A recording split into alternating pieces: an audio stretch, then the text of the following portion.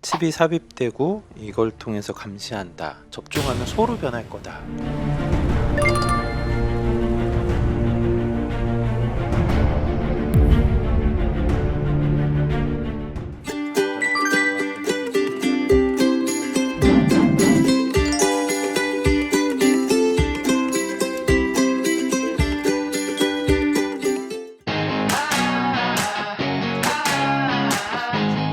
당뇨와 고혈압 때문에 약을 복용 중인데 예방접종 후에도 계속 약을 먹어도 예방접종 전 또는 후에 기저질환, 고혈압, 당뇨와 관련된 약물 그대로 복용하셔도 됩니다. 특별히 제한하거나 약을 중단하거나 변경하거나 하실 이유는 전혀 없고요. 동일하게 약물 복용하시면 되고 갖고 계신 질환에 대한 적극적인 관리도 하셔도 됩니다. 병원에서 예방접종을 맞을 때 주의해야 할 점이 있다면 궁금합니다. 개인을 증명할 수 있는 신분증 정도면 될 것 같은데요. 가시게 되면 접종 전에 예진이라는 과정을 밟게 될 거고 사전 예진표를 작성해서 예진을 받게 될 겁니다. 이 과정 중에 본인의 상태 또는 갖고 있는 질환, 특히 알레르기와 같은 병력에 대한 부분을 정확하게 이야기해 주시는 것이 중요합니다. 이것에 맞추어서 이분이 백신 접종이 가능한지 또는 백신 접종 후에 더 자세한 관찰이 필요한지 이러한 부분이 결정되기 때문에 그렇습니다. 저희가 대개 백신 접종을 하고 나면 그 당일 정도는 과도한 활동, 과도한 음주, 사우나 이런 것들은 좀 피하도록 말씀을 드리거든요. 지금 코로나가 계속 있는 시대에 회식이나 음주나 이런 걸 많이 하시지는 않으실 거라고 생각합니다만 혹시라도 그런 계획을 백신 접종 당일에는 갖지 않아 주셨으면 좋겠습니다. 백신 접종 확인증을 받을 수 있는 것으로 알고 있습니다. 방역 정책에서도 제외될 수 있는지 궁금합니다. 저희 예방접종 그 정보 시스템에 들어오셔서 본인들이 발급받을 수 있게끔 발급 시스템을 운영을 하고 있고 코로나19에 대해서도 예방접종 증명서를 국문 영문으로 발급하는 시스템을 구축해서 운영할 예정입니다. 단지 그 예방접종 증명서가 있다고 해서 어디 시설에 대한 출입이나 집합금지를 면제하거나 하는 그런 거는 검토하고 있지는 않습니다.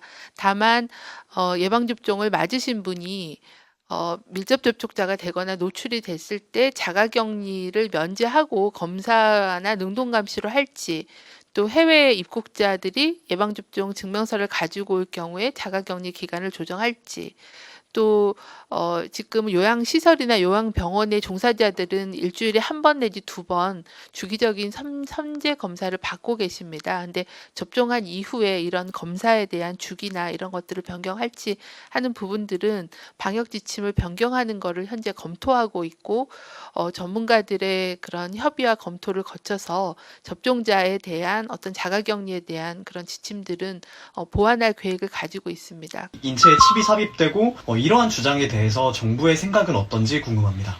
정부보다는 전문가의 객관적인 의견이 좀 더 중요할 것 같아서 최원석 교수님께 답변 부탁드리겠습니다. 사실은 과학을 하는 사람의 입장에서는 굉장히 안타깝죠.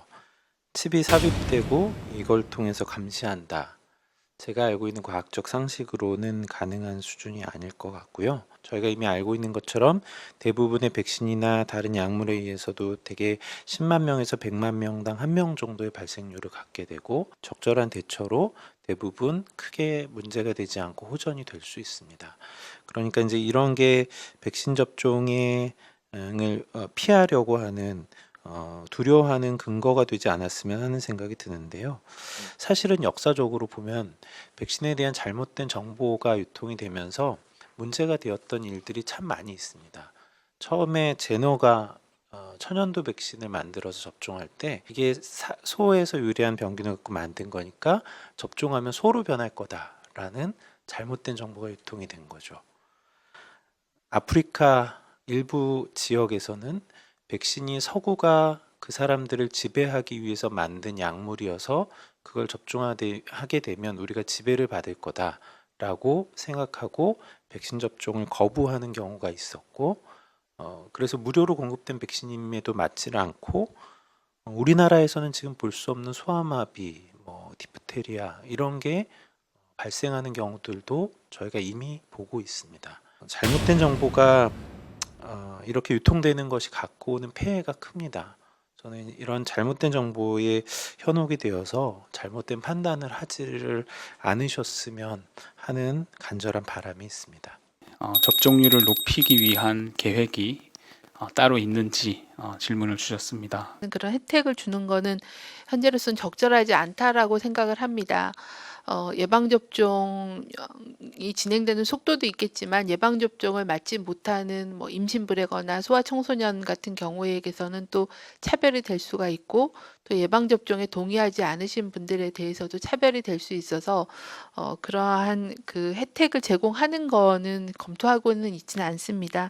다만 예방접종률을 높이기 위해서는 예방접종 으로 인해서 얻을 수 있는 그런 건강상의 이득이 무엇인지 또 우리 사회에서 집단 면역을 획득해서 얻는 그런 사회경제적인 그런 이익이 무엇인지 또 이런 예방접종에 대한 투명한 그런 효과와 또 안전성에 대한 정보를 제공을 해서 어떤 신뢰 기반으로 예방접종을 받으실 수 있도록 충분한 정보를 제공해드리고 또 예방접종을 잘 관리함으로써 접종률을 높이는 게 가장 중요하다고 생각합니다. 부탁드리고요. 뒤에 행정적인 부분은 제가 좀 저는 감염내과 의사인데 제가 꿈꾸는 세상은 감염 질환으로부터 자유로운 세상입니다. 오기는 어렵겠죠. 이상향이고 다다를 수 없는 곳이긴 하겠지만 그런 세상을 그나마 좀 꿈꾸게 해줄 수 있는 약이 있다면 그게 백신이라고 저는 생각합니다. 백신을 맞는다고 해서 맞는 직후에 바로 자유로워지고 마스크를 벗는 세상이 오지는 않을 것 같습니다.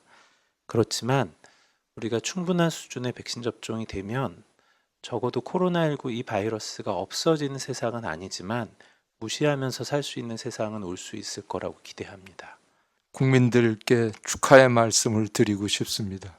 드디어 우리나라에서도 내일부터 코로나 백신 예방접종이 시작되게 되어서 그거를 축하드리고 싶다는 뜻입니다. 많은 분들이 저한테 질문을 합니다. 예방접종을 해야 되는 거야? 말아야 되는 거야? 뭔가 불안한데 저는 주위에서 저에게 질문하시는, 문의하시는 분들에게 흔쾌히 이렇게 대답합니다. 혹시 백신이 남아서 순서가 안 됐지만은 와서 맞으라고 그러면 두 번 다시 묻지 말고 그리고 3개 회사 제품이 있지만 묻지도 말고 가서 무조건 판례 밀고 주사를 맞도록 하십시오. 그것이 예방접종을 받는 우리 자신에게도 도움이 되는 일이고 또 이런저런 이유에서 질병으로 인해서 예방접종을 받지 못하시는 분들 또 차례가 되지 않아서 못 받으시는 분들을 또 도와주는 그런 행위에도 속합니다. 따라서 코로나 백신은 기회가 온다면 언제고 맞으셔도 괜찮을 거라고 제가 추천을 해드렸습니다. 마지막 멘트도 축하합니다입니다. 저희 방역 당국에서 가장 중요하게 생각하는 거는 예방접종을 안전하게 하는 것입니다. 안전하게 하기 위해서는 접종을 받으시는 국민들과 또 접종을 시행하시는 접종 기관의 의료인들 그리고 정부의 노력이 공동으로 협력이 돼야지 가능한 일이라고 생각합니다. 접종을 받으시는 국민들께서는 몸 상태를 잘 점검하시고 또 아까 말씀드렸던 알레르기나 이런 예진 때 소상한 정보를 제공해 주시기를 바랍니다. 또한 접종 후에 이상 반응에 대해서 충분히 시간을 두고 관찰하시고 접종 후에는 적절한 휴식을 취하실 수 있는 게 중요하겠습니다. 예방접종을 하는 의료기관에서도 예진을 충분히 하시고 또 예방접종 후에 이상 반응에 대한 것들을 관리하고 신속 대응을 해서 중증 이상 반응에 대한 대비 대응을 철저히 해주시기를 요청을 드립니다. 정부에서도 이런 백신에 대한 유통 관리 그리고 또 이상 반응 발생 시에 응급의료 체계에 대한 부분들 또 이상 반응 발생 후에 어떤 피해에 대한 보상 체계 이런 부분들을 충분히 준비해서 잘 대응하도록 그렇게 하겠습니다. 아무쪼록 어렵게 시작된 예방접종이 큰 차질 없이 진행이 돼서 저희가 집단 면역을 형성할 수 있게끔 최선의 노력을 다하겠습니다. 감사합니다.